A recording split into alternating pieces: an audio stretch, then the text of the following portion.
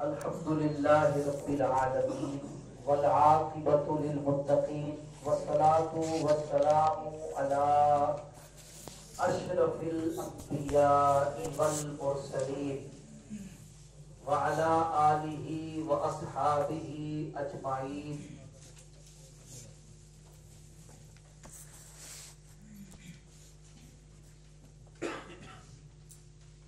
جی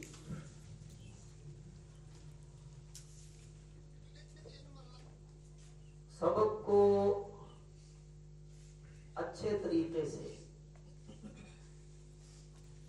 جو خود مطمئن ہے کہ میں نے سبق کو اچھے طریقے سے یاد کیا ہے، وہ ہاتھ کھڑا کرے. ماشاء اللہ. 1 2 3 اور 4 5.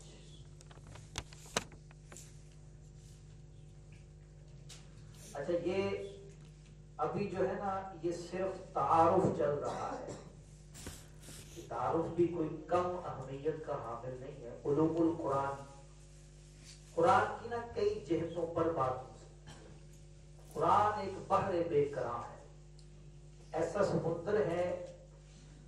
آپ کو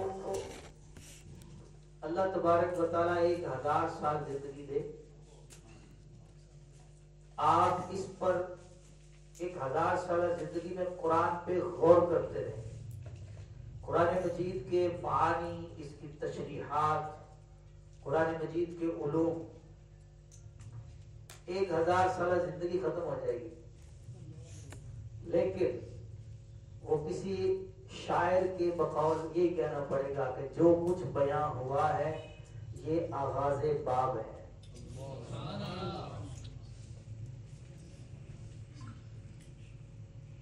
اللہ تعالیٰ کا جو نظام ربوبیت ہے، صرف لفظ رب ہے نا جی، لفظ رب، الحمدللہ رب العالمین، صرف اس لفظ رب میں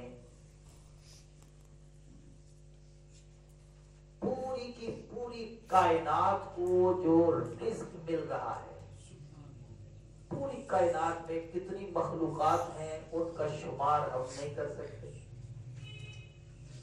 ایک مخلوق وہ جو ہمیں نظر آتی ہے، ہم تو انسانوں کی ہی بات کر لینا، اگر کتنے انسان ہیں، پھر جانور ہیں، یہ بھی دھرتی کے اوپر، زمین کے اوپر نظر آتے، پرندے ہیں، درندے ہیں. اچھا، کچھ وہ ہیں جو زیر زمین مخلوق ہے، پتھروں کے اندر کیڑے ہیں جن کو اللہ رزق دے رہا ہے. یہ اسی ایک لفظ رب کے جو ہے نا ایک رشتے ہیں. اچھا، پھر وہ مخلوق جو آسمانوں کے 7 آسمان، تو اس قدر یہ وسیع ایک جہان ہے. ابھی صرف لفظ رب کی بات ہے. قرآن مجید فرقان حمید کی بڑی معجزانہ شان ہے. انشاءاللہ علوم القرآن کا ایک بڑا ہی خوبصورت عنوان، اور میرا ذاتی طور پر بڑا ہی پسندیدہ ہے، آپ بھی سنیں گے تو انشاءاللہ قرآن کی معجزانہ شان سن کر اور جیسے کہتے ہیں نا سینے میں ٹھنڈ پڑ جائے. بڑا خوبصورت عنوان ہے، وہ ہے اعجاز قرآن. قرآن کی جو اعجازی حیثیت ہے، معجزہ ہے نا قرآن، اس پر انشاءاللہ تبارک و تعالی اللہ نے چاہا تو کل چھٹی ہے تو جمعے والے دن انشاءاللہ درس ہوگا. اچھا، میں یہ عرض کر رہا تھا کہ ابھی یہ صرف تعارف چل رہا ہے علوم القرآن پر، اور یہ بھی بڑا اتنا ہمارے پاس وقت ہے اسی قدر ہی بیان ہو پاتا ہے، بہت ساری چیزیں رہ جاتی ہیں. اصل قرآن مجید کی آیات پر گفتگو انشاءاللہ یہ 10 دن گزر جانے کے بعد وہ شروع ہوگی. جیسے کہ جو دلائل ہیں فقہ القرآن، جیسے ہم شروع کریں گے انشاءاللہ قرآنی توحید سے. قرآن کا سب سے بڑا جو موضوع ہے نا، سب سے بڑا موضوع وہ توحید ہے.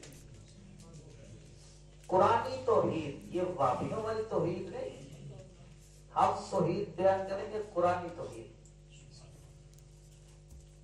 تو اس کے لیے اب تیار رہیں، یہ ذہن بنا لے. حافظوں کو پہلے یاد ہے، اس میں جو آیتیں لکھوائی جائیں گی ان کو ہم نے یاد کرنا ہے، زبانی یاد کرنا ہے. اپنے رب کی جو توحید پر دلالت کرنے والی آیات ہیں ان کو ہم نے یاد کر لینا ہے.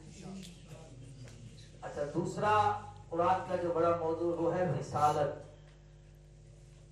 وہ کیا ہے جی؟ رسالت. اس میں نبیوں کی نبوتیں آ جاتی ہیں، اور سب سے بڑھ کر ہمارے آقا و مولا جان عالم صلی اللہ علیہ وسلم، جن کی شان میں پورا قرآن نازل ہوا ہے. پورا قرآن دسا کی میں مصطفیٰ دی کی سونی شان ہے، آپ دی تعریف وچ سارا ہی قرآن. اب یہ نظر اس کو آتا ہے جس کی نظر بھی تو ہو نا. چشمے بینا لے کر کوئی قرآن پڑھے تو سارا قرآن ہی نعت مصطفیٰ ہے،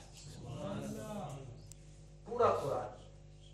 ایک مرتبہ قبلہ مفتی احمد یار خان صاحب رحمۃ اللہ نے اپنی کتابوں میں بھی لکھا ہے، تقریروں میں بھی کہتے تھے سارا قرآن نعت مصطفیٰ ہے، سارا قرآن نعت مصطفیٰ ہے. تو اس وقت وہ دور یہ مناظروں کا دور تھا. کسی وابی نے نا کہا کہ آپ کہتے ہیں سارا قرآن نعت مصطفیٰ ہے، مجھے بتائیے کہ اس آیت میں بھلا کون سی نعت ہے؟ اللہ تعالیٰ فرماتا ہے نا کل من علیہا فان، کل من علیہا. ایک وقت آئے گا ہر شے فنا ہو جائے گی، اور یہ ہمارا عقیدہ ہے. اللہ کی ذات و صفات کے سوا ہر چیز کو فنا ہے. اللہ کی ذات و صفات کے سوا ہر چیز کو فنا ہے. وہ نبی ہوں، فرشتے ہوں، کچھ ہر چیز فنا ہو جائے گی. اللہ تبارک و تعالیٰ پھر دوبارہ جب چاہے گا ان کو پیدا فرمائے گا، سب فنا ہو جائے گی. اس نے آیت بھیجی، کہا کہ کل من علیہا فان. بتائیے اس میں کہاں نعت مصطفیٰ ہے؟ تو یہ وہ تھے جنہوں نے قرآن کو رسمی طور پر نہیں پڑھا. قبلہ مفتی احمد یار خان ہے، یہ شیخ القرآن ہے. حضرت قبلہ مفتی احمد یار خان صاحب رحمۃ اللہ علیہ نے فرمایا کہ جتنی اس آیت میں نعت مصطفیٰ ہے نا وہ دوسری آیتوں میں نہیں ہے. جتنی اس آیت میں بھائی ہر چیز فنا ہو جائے گی، کسی کا فنا ہونا بھی اس کی نعت ہے، تعریف ہے. اب اس کی پرتیں جب کھولی نا مفتی صاحب نے، عقدے کھولے اس کے، فرمایا کہ سنو ہر شے فنا ہو جائے گی، بتاؤ اللہ تبارک و تعالیٰ کی ذات باقی رہے گی کہ نہیں رہے گی؟ باقی رہے گی. فرمایا کہ بتاؤ اللہ کی ذات جب باقی رہے گی تو وہ کرے گی کیا؟ میں آپ کو ذرا قرآن کی وہ آیت دیکھو، ان اللہ و ملائکتہ یصلون علی النبی. اللہ اور اس کے فرشتے غیب بتانے والے نبی پر درود بھیجتے ہیں. ترجمہ تو یہی ہے نا. یہ جو جامعہ کے طلباء ہیں جو عربی گرامر کو جانتے ہیں ان کو پتہ ہے کہ جو صیغہ ہوتا ہے نا مضارع کا، اس کے اندر دو زمانوں کا معنی پایا جاتا ہے. یہ بھی چونکہ قرآن فہمی سے اس کا تعلق ہے، اب تھوڑا میں یہ بھی سمجھ لیجئے. یصلون مضارع کا صیغہ ہے، اس کے اندر دو زمانوں کا معنی پایا جاتا ہے. جو زمانہ گزر رہا ہے زمانہ حال اس کا بھی، اور جو آنے والا زمانہ ہے زمانہ استقبال، مستقبل، جس کو کیا کہتے ہیں آپ انگریزی میں فیوچر، اس کا بھی معنی پایا جاتا ہے. اب ترجمہ یہ بنے گا اللہ اور اس کے فرشتے غیب بتانے والے نبی پر درود پڑھتے ہیں اور پڑھیں گے. درود پڑھتے ہیں اور پڑھیں گے. آپ نے فرمایا کہ ہر شے فنا ہو جائے گی، اللہ کی ذات باقی ہے. اللہ کی ذات باقی ہے، اس کو تو فنا نہیں. اور اللہ فرما رہے کہ وہ درود پڑھتا ہے اور پڑھے گا. تو بتاؤ نعت مصطفیٰ کو ہر چیز کے فنا ہونے کے بعد بھی جاری و ساری رہے گی. تو بھلا اس آیت میں بھی نعت ہے یا نہیں ہے؟ نعت جو ہے نا جی، اب یہ تو قرآن فہمی جس کو نصیب ہوتی ہے نا. ایک دفعہ کسی نے کہا یہ سورہ توحید کہتے ہیں اس کو، خاص طور پہ سورہ اخلاص جو ہے اس میں توحید کا ہی بیان ہے. قل هو اللہ احد، یعنی اس میں نعت کہاں ہے؟ تو اس کا جو لفظ قل ہے نا وہی نعت مصطفیٰ ہے.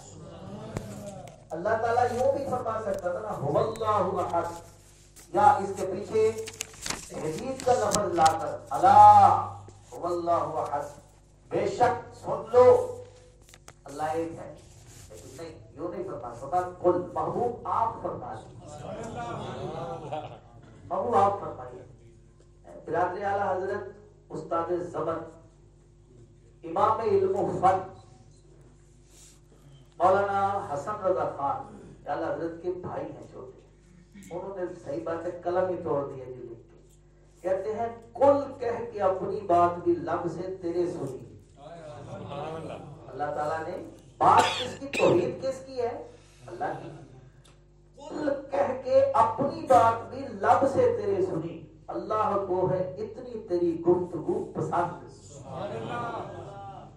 سارا قرآن نعت مصطفیٰ ہے، سارے کا سارا قرآن حضور کی توصیف ہے، ثنا ہے. بس اس کے لیے سمجھنے کی ضرورت ہے. اور اسی کی بحمد اللہ تعالی یہ ایک ادنا سی کاوش ہے فہم قرآن کو. اور یہ شروعات ہے. انشاءاللہ آپ دیکھیں گے کہ یہ انشاءاللہ اللہ نے چاہا تو بڑھتا رہے گا. کئی مسجدوں میں کروائیں گے ہم اس کو، اور اداروں میں بھی کروائیں گے. تو میں بات یہ کر رہا تھا، دوسرا بڑا موضوع ہے رسالت، اور تیسرا قرآن کا جو بڑا موضوع ہے وہ ہے آخرت. ان تین بڑے بڑے موضوعات کے گرد ساری آیتیں جو ہے وہ گھومتی ہیں. اللہ ہمیں فہم قرآن کی دولت نصیب فرمائے. اچھا جی، سبق میں نے پوچھ لیا جس نے اچھی طرح، وہ کتنے ہاتھ کھڑے ہوئے تھے؟ 5. بقیہ نے صحیح طرح یاد نہیں کیا. یاد کیا کریں، کوئی وقت تھوڑا سا رکھ لے.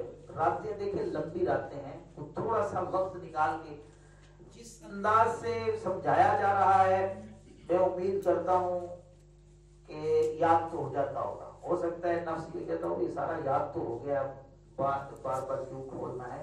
آپ اس کو نکال کر ایک نظر ہی دیکھیں گے تو انشاءاللہ تبارک و تعالی یاد ہو جائے گا.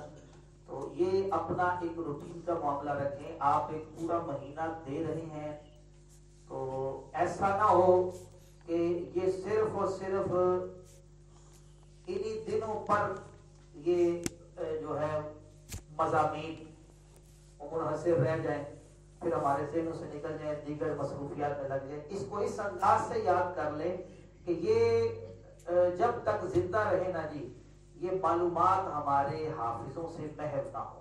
اس کو پڑھتے بھی رہیں، اس کو دیکھتے بھی رہیں. تو کل ہم نے جو سبق پڑھا تھا وہ کیا تھا؟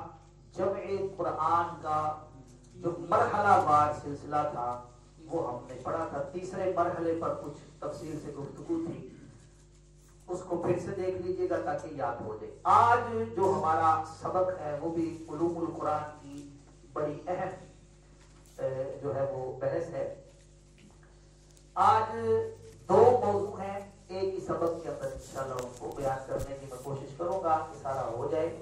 تقسیم قرآن اور اس کے ساتھ ہے مکی مدنی صورتوں کا تعارف. ایک ہے تقسیم قرآن، قرآن کی تقسیم کس انداز سے کی گئی اس کو سمجھ لیجئے. قرآن مجید فرقان حمید کی جو تقسیم کی گئی ہے نا وہ 8 اعتبارات سے تقسیم کی گئی ہے، جن میں سے ہم صرف 6 پڑھیں گے. 2 کو میں چھوڑ رہا ہوں. 6 اعتبارات سے تقسیم ہم پڑھیں گے. جس نے لکھنا ہے اپنی مدد آپ کے تحت، کیونکہ یہ میری طرف سے نہیں ہے کہ آپ اس کو لکھیں، یہ اس کو سمجھ لیں گے تو یہ کافی مشکل بات ہے، اس میں کوئی نہیں ہے، بہت ساروں کو ان میں سے بہت ساری چیزیں پہلے سے پتا ہوں گی، لیکن ایک دفعہ نظر سے گزر جائے، آپ سمجھنے پر اگر توجہ مبذول کرتے ہیں تو میں سمجھتا ہوں کہ زیادہ فائدہ اس کا ہوگا۔ 8 اعتبارات سے قرآن کی جو اندرونی تقسیم ہے نا وہ کی گئی ہے، ان میں سے 6 اعتبارات سے ہم انشاءاللہ گفتگو کریں گے۔ وہ 8 اعتبارات کون سے ہیں؟ پہلی جو تقسیم کی گئی ہے وہ صورتوں کے اعتبار سے، پہلی تقسیم صورتوں کے اعتبار سے، دوسری تقسیم ہے آیتوں کے اعتبار سے، آیات کے اعتبار سے، تیسری تقسیم پاروں کے اعتبار سے ہے، چوتھی تقسیم رکوع کے اعتبار سے، پانچویں تقسیم ربع ربع کے اعتبار سے، اور چھٹی تقسیم منزل کے اعتبار سے۔ ان 6 اعتبارات سے ہم انشاءاللہ تبارک و تعالی آج کے سبق میں جو ہے وہ سنیں گے، اور اس کے ساتھ مکی مدنی صورتیں کن کو کہا جاتا ہے، ان کی پہچان کے طریقے کیا ہیں، وہ انشاءاللہ سنیں گے۔ دوسری خمس، عشر اور جز کے اعتبار سے ہیں، اور مقدار اور مضمون کے اعتبار سے، ان کو آپ اہل علم یاد رکھیں، بقیہ ان کی ضرورت اتنی خاص نہیں ہے۔ 8ویں مقدار اور مضمون کے اعتبار سے، مقدار اور مضمون کے اعتبار سے۔ اچھا جی، اب آپ نے توجہ رکھنی ہے سمجھنے کی طرف، خمس اور عشر کے اعتبار سے۔ اچھا جی، پہلی صورت کیا ہے؟ صورتوں کے اعتبار سے، پہلی صورت صورتوں کے اعتبار سے۔ حضور اقدس صلی اللہ تعالی علیہ وآلہ وسلم نے قرآن پاک کی 114 صورتوں کو تقسیم کیا، پورے قرآن کو 114 صورتوں میں تقسیم فرمایا، اور ہر صورت کا نام سید عالم صلی اللہ علیہ وسلم نے خود ارشاد فرمایا ہے۔ ہر صورت کا نام نبی کریم صلی اللہ تعالی علیہ وسلم نے خود بیان کیا ہے، اور یہ تقسیم بھی نبی پاک صلی اللہ علیہ وسلم نے صورتوں کی خود ہی بیان فرمائی ہے۔ حضرت سیدنا امام بدر الدین زرکشی رحمت اللہ علیہ، یہ وہ بندہ ہے، وہ امام ہے جنہوں نے علوم القرآن پر سب سے پہلی جامع کتاب البرہان فی علوم القرآن کے نام سے تصنیف فرمائی۔ اس کے اندر انہوں نے اس کی حکمتوں کو بیان کیا ہے۔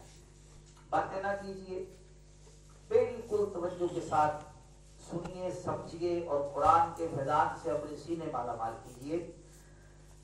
امام بدر الدین زرکشی نے علوم القرآن میں اس مقام پر بحث کرتے ہوئے اس کی حکمتوں کو بیان کیا ہے کہ اس کی ممکنہ حکمتیں کیا ہو سکتی ہیں ان صورتوں کی۔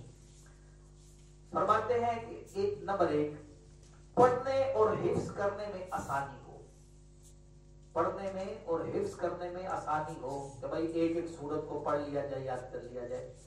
دوسرا، پڑھنے والے کی دلچسپی برقرار رہے، اور تیسرا یہ ہے کہ قرآن کے باہمی مناسبت والے جو مضامین ہیں ان کو ایک جگہ پر جمع کر دیا گیا۔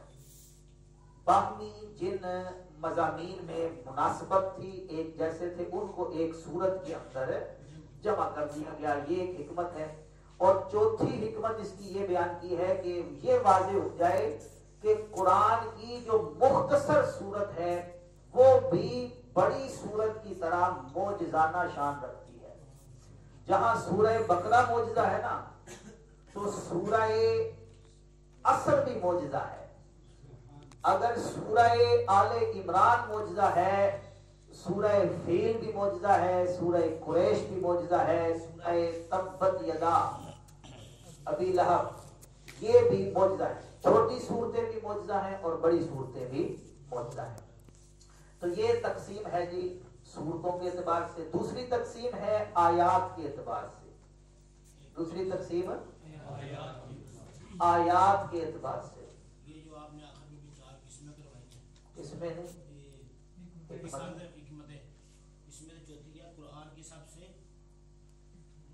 یہ میں نے کہا جو لکھ سکے وہ لکھے، املا نہیں کروا رہا نا میں اس وقت۔ اب یہ سب کو بتاؤں گا، سبق آج بہت زیادہ ہے۔ چلے آپ نے پوچھا میں بتا دوں کہ چھوٹی سورت بھی بڑی سورت کی طرح معجزہ ہے، یہ بھی ایک حکمت ہے۔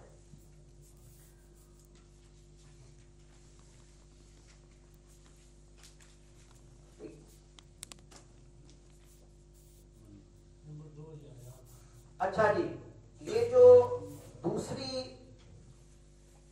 ہے نا تقسیم، وہ ہے آیات کے اعتبار سے، آیتوں کے اعتبار سے، ٹھیک ہے جی۔ پہلے آیت کس کو کہتے ہیں؟ آیت کا معنی سمجھ لیجئے۔ آیت کے جو لغوی معنی ہے وہ ہے علامت۔ آیت کے لغوی معنی کیا ہے؟ علامت، نشانی۔ تو علامت کیوں، علامت کا معنی جب ہم نے سمجھ لیا تو اب آیت کو آیت کہنے کی وجہ تسمیہ کیا ہے، اس کو آیت کیوں کہتے ہیں، یہ نام کیوں رکھا گیا؟ اس لیے کہ یہ نبی پاک صلی اللہ علیہ وسلم کی نبوت کے حق ہونے کی علامت ہے، نبی پاک کی نبوت کی حق ہونے کی علامت ہے، اس لیے اس کو آیت کہتے ہیں۔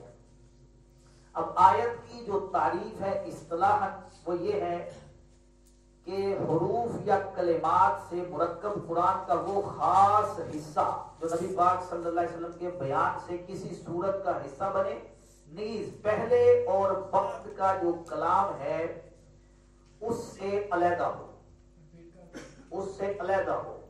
ابلاغ نہیں کروا رہا، آپ سنیں صرف اس کو سمجھ لیں۔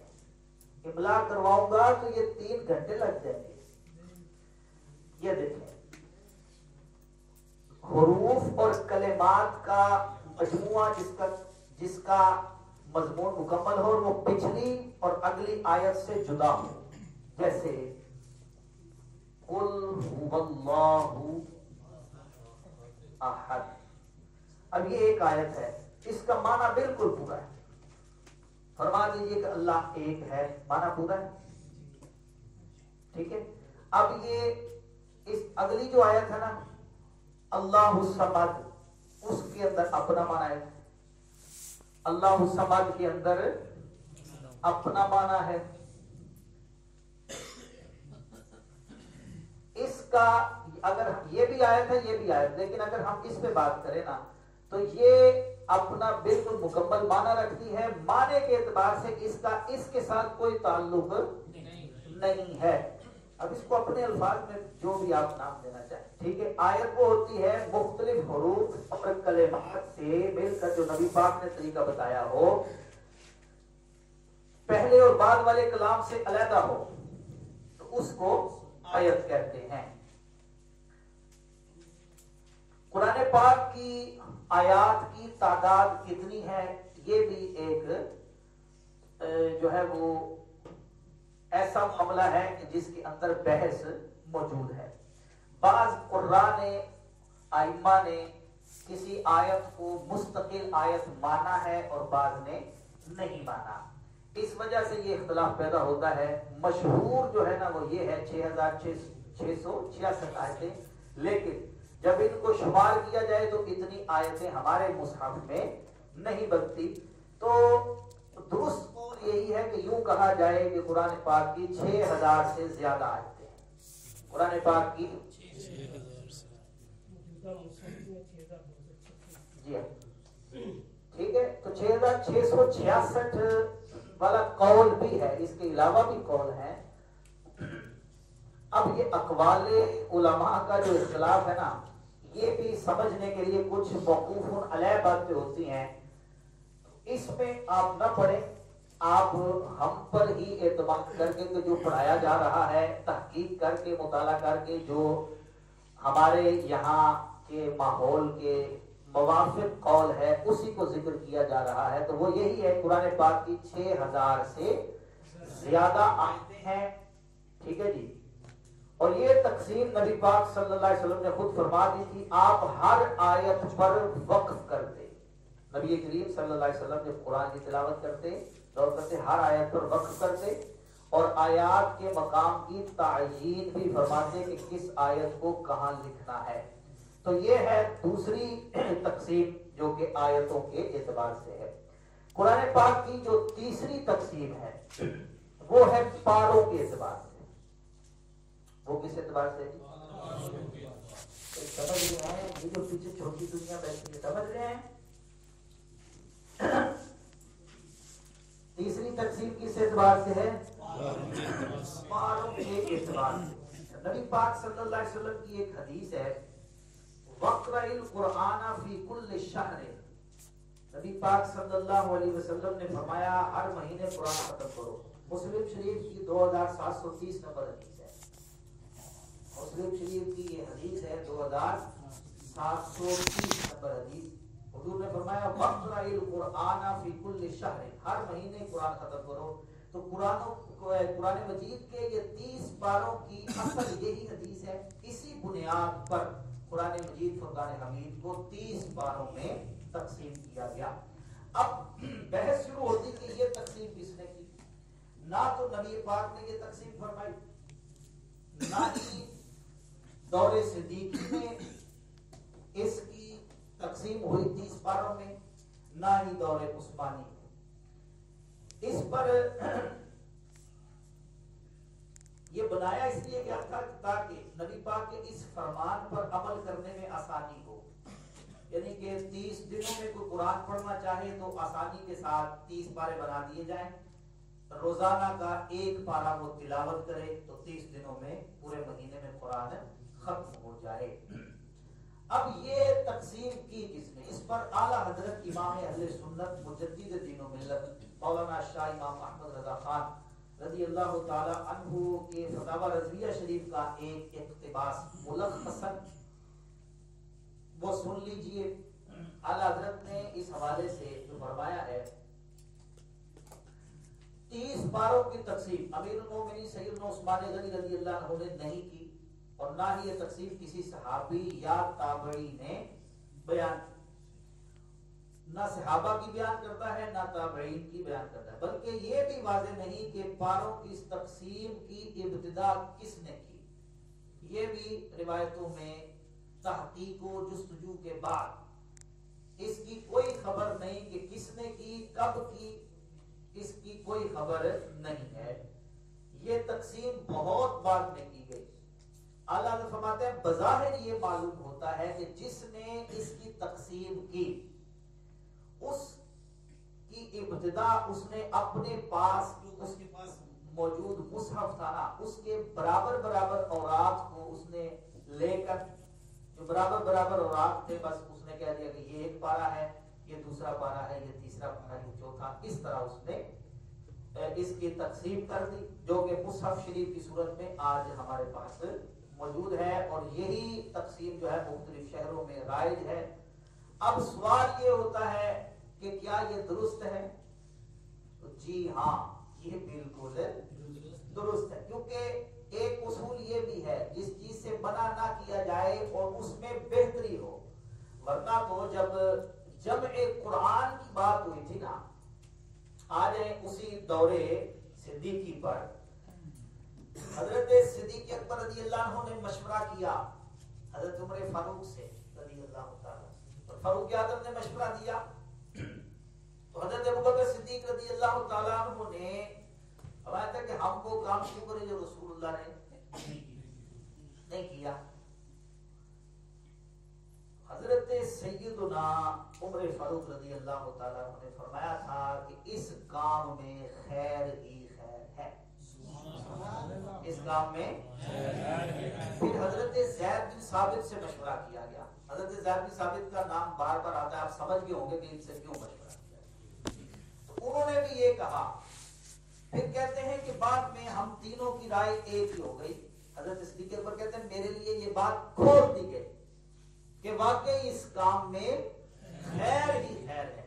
حضرت زید بن ثابت کہتے ہیں جب مجھے کہا گیا کہ قرآن کو جمع کرنے کا فریضہ آپ کے ذمہ ہے, کہتے ہیں اگر مجھے یہ کہا جاتا کہ ایک پہاڑ کو کھودنا ہے, اپنی جگہ سے کھود کھود کر اس کو ہٹانا ہے, کہتے ہیں یہ میرے لیے آسان تھا، قرآن کا جمع کرنا اس سے کہیں مشکل تھا، لیکن اللہ تعالیٰ نے ان نفوس قدسیہ سے خدمت کی۔ یہاں رک کر میں ایک بات کرنا چاہتا ہوں، جو کہتے ہیں جی فلاں کام نبی پاک کے دور میں نہیں ہوا، بدعت،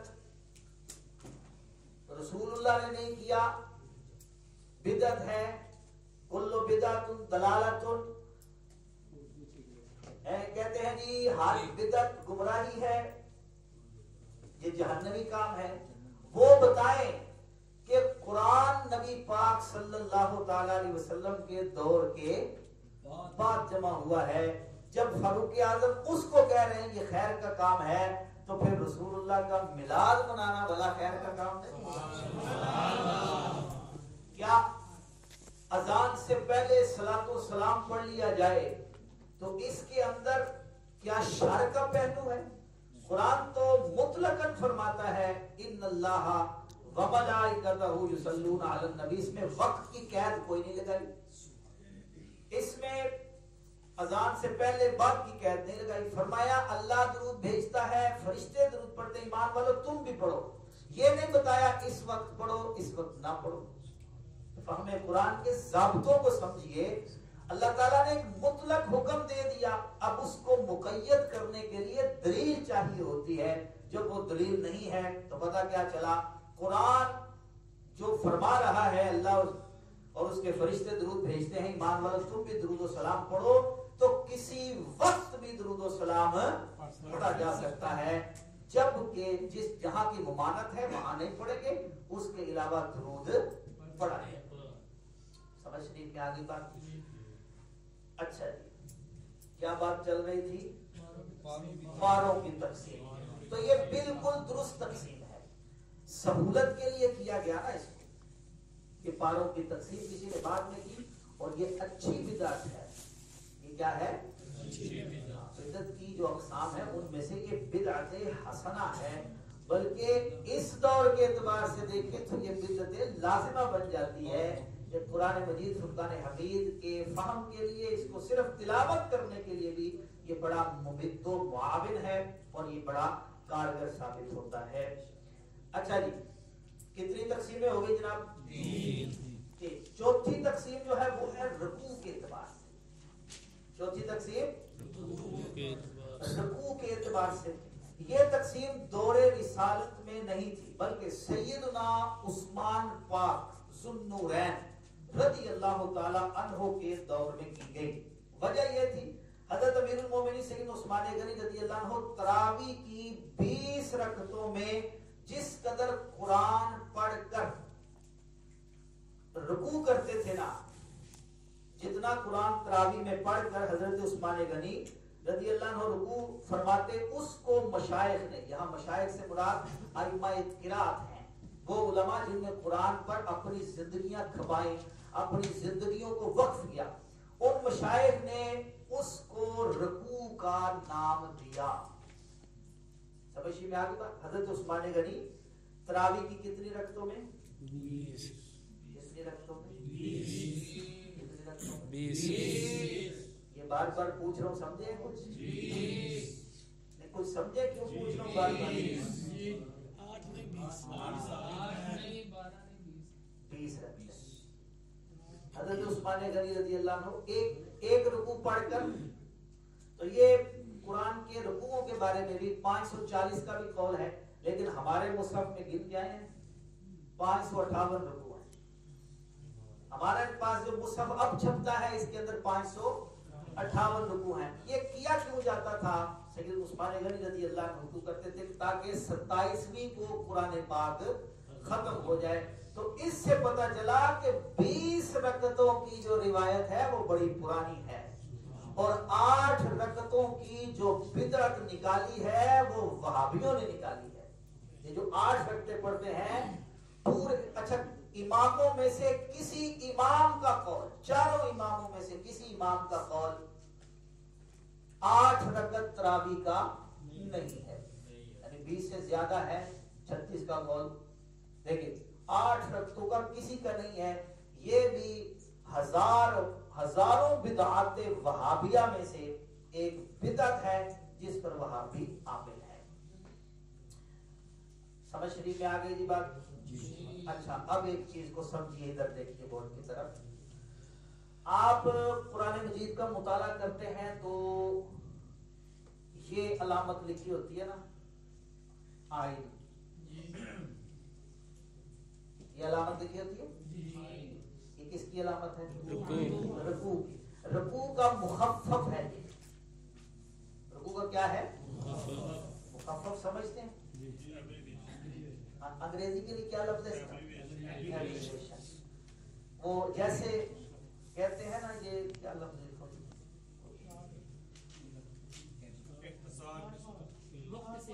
نہیں وہ میں سمجھتا ہوں، میں کوئی لفظ کہہ رہا ہوں کہ جیسے یہ دیکھیں PIA،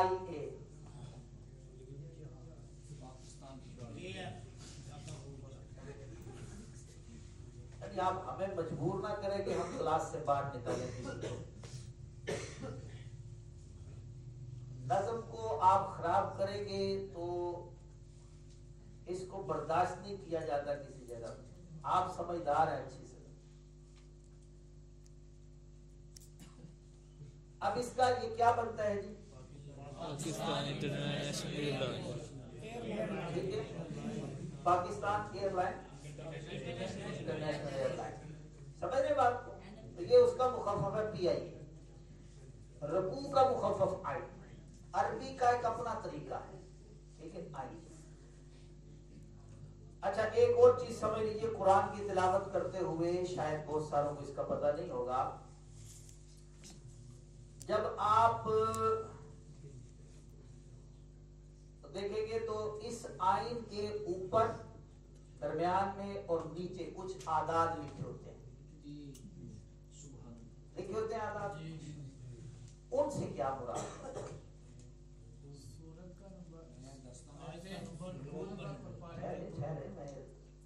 جو صحیح بتائے نا ابھی اس کو انعام دیتے ہیں. آپ لوگوں کو پتا ہونا چاہیے، لیکن بتانا یہ ہے اوپر والے سے کیا مراد ہے، بیچ والے سے، آخر والے سے، بتانا یہ ہے. جی کی بلا حافظ صاحب.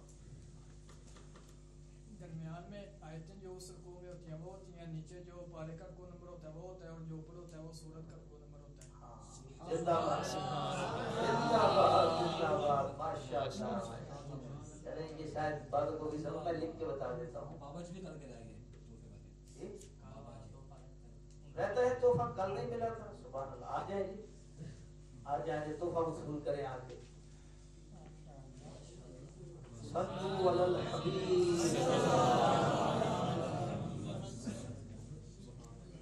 اچھا یہ دیکھیں جی، جو یہاں اوپر لکھا ہوگا نا، مثال کے طور پہ یہ دیکھیے، یہ جو اوپر لکھا ہے یہ 16 لکھا ہے، تو اوپر یہ علامت ہوتی ہے.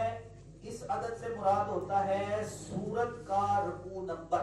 جو سورت آپ پڑھ رہے ہیں، جیسے سورہ بقرہ پڑھ رہے ہیں نا، تو یہ اس سورت کا رکوع نمبر ہے.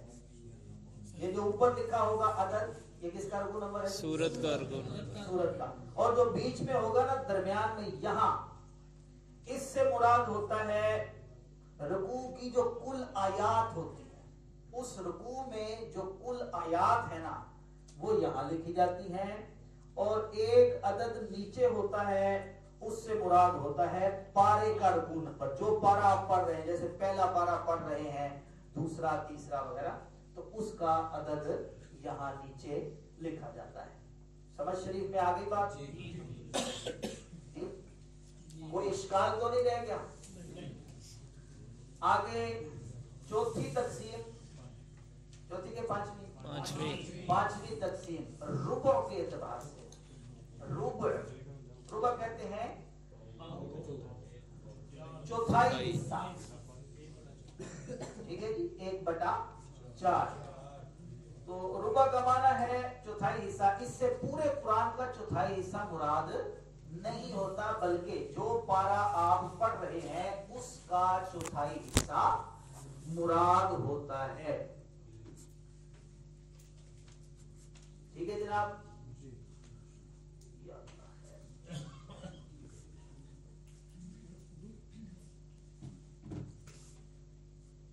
پہلا جو ربع ہے نا، اس کے اختتام پر مصحف کے دائیں بائیں الربع لکھ دیا جاتا ہے. ٹھیک ٹھیک ہے. الربع آپ نے دیکھا ہوگا, الربع لکھ دیا جاتا ہے, اور دوسرے ربع کے اختتام پر النصف, تیسرے کے اختتام پر الثلاثہ, اور چوتھے کے اختتام پر کچھ بھی نہیں ہوتا, وہاں پارا ختم ہو جاتا ہے. ٹھیک ہے جی. پانچویں چھٹی جو تقسیم ہے وہ ہے منزلوں کے اعتبار سے. یہ تقسیم جو ہے زمانہ رسالت مآب صلی اللہ علیہ وسلم میں ہو چکی تھی. یہ جو منزلوں کی تقسیم ہے نا, یہ حضور کے زمانے میں ہو چکی تھی. قرآن کی کتنی منزلیں ہیں؟ 7. نبی پاک صلی اللہ علیہ وسلم کا ایک فرمان حدیث ہے, فَقْرَأُهُ فِي كُلِّ سَبْعٍ, ہر 7 دن میں ایک قرآن ختم کرو. ہر 7 دن میں ایک قرآن ختم کرو. تو یہ 7 منزلوں کی اصل ہے. یہ حدیث جو ہے 7 منزلوں کی اصل ہے. قرآن پاک کی کتنی منزلیں ہیں؟ 7.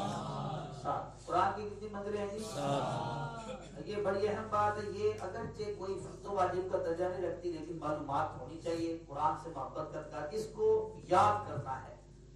ٹھیک ہے, اس کو یاد کرنا ہے. صرف اتنا لکھ لیجیے کون سی منزل کہاں سے کہاں تک ہے. تو جو پہلی منزل ہے نا جی قرآن کی, پہلی منزل وہ سورہ فاتحہ سے سورہ نساء تک, یہ بنتی ہیں 4 سورتیں. فاتحہ تا النساء, 4 صورتیں. ٹھیک ہے. دوسری منزل سورہ مائدہ سے سورہ توبہ تک, سورہ مائدہ سے سورہ توبہ تک, یہ بنتی ہیں 5 صورتیں. تیسری منزل ہے سورہ یونس سے سورہ نحل تک, 7 صورتیں. سورۃ النحل یہ تیسری منزل جو ہے سورہ یونس سے سورۃ النحل تک, 7 صورتیں. چوتھی منزل سورہ بنی اسرائیل سے سورہ فرقان تک, 9 صورتیں. ٹھیک ہے جی. پانچویں منزل سورۃ الشعراء سے سورہ یاسین شریف تک, 11 صورتیں. ریپیٹ کر دیں, میں دوہرا دیتا ہوں دوبارہ. پہلی منزل سورہ فاتحہ سے سورہ نساء تک, دوسری منزل سورہ مائدہ سے سورہ توبہ تک, تیسری منزل سورہ یونس سے سورہ نحل تک,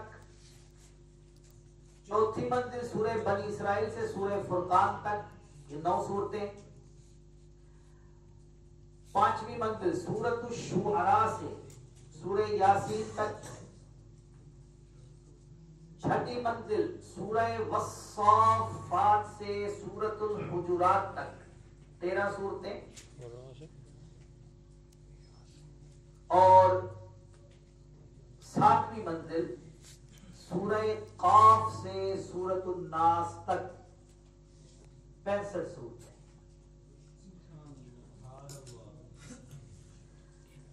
چھٹی سر اب بتا دیں. سورہ والصافات سے سورہ حجرات تک. میں آپ کے لیے آسانی کا پورا انتظام کر کے لایا ہوں. آپ اس کو یاد رکھنا چاہتے ہیں تو اس کا مجموعہ یاد کر لیں. یہ ہے جی فمی بشوق, فمی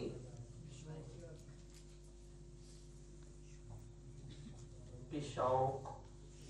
اس لفظ کے اندر جو منزلوں سے شروع ہو رہی ہیں نا صورتیں, ان کا پہلا حرف ہے. فا سے سورہ فاتحہ, میم سے سورہ مائدہ, یا سے سورہ یونس, بے سے بنی اسرائیل, شین سے شعراء, واو سے والصافات, چھٹی منزل قاف سے سورہ قاف. ٹھیک ہے جی.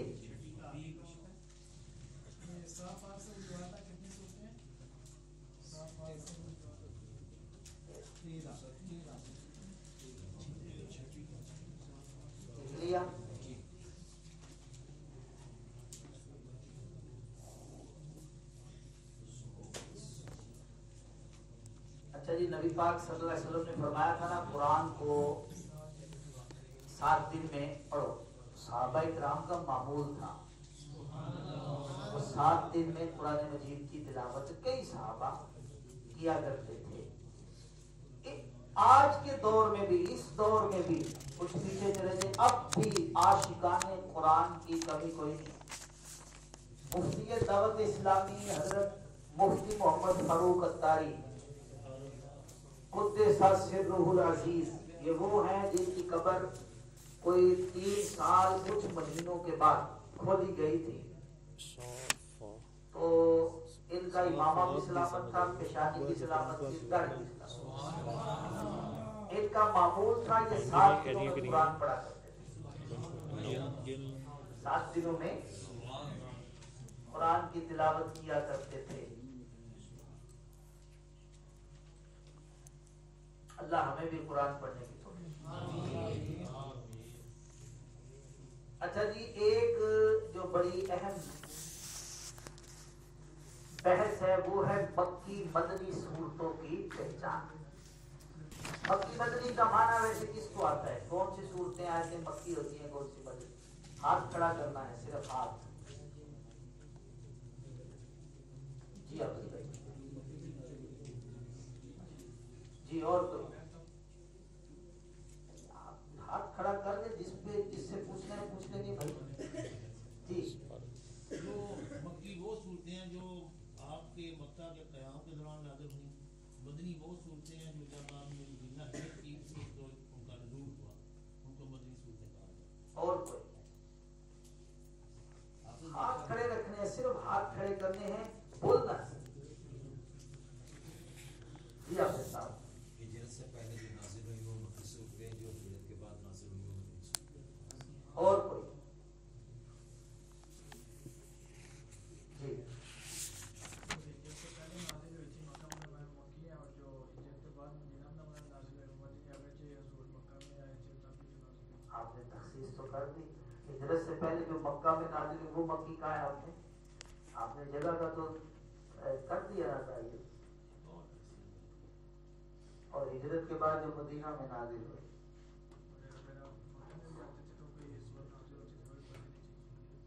آپ تو بیان کر چکے ہیں.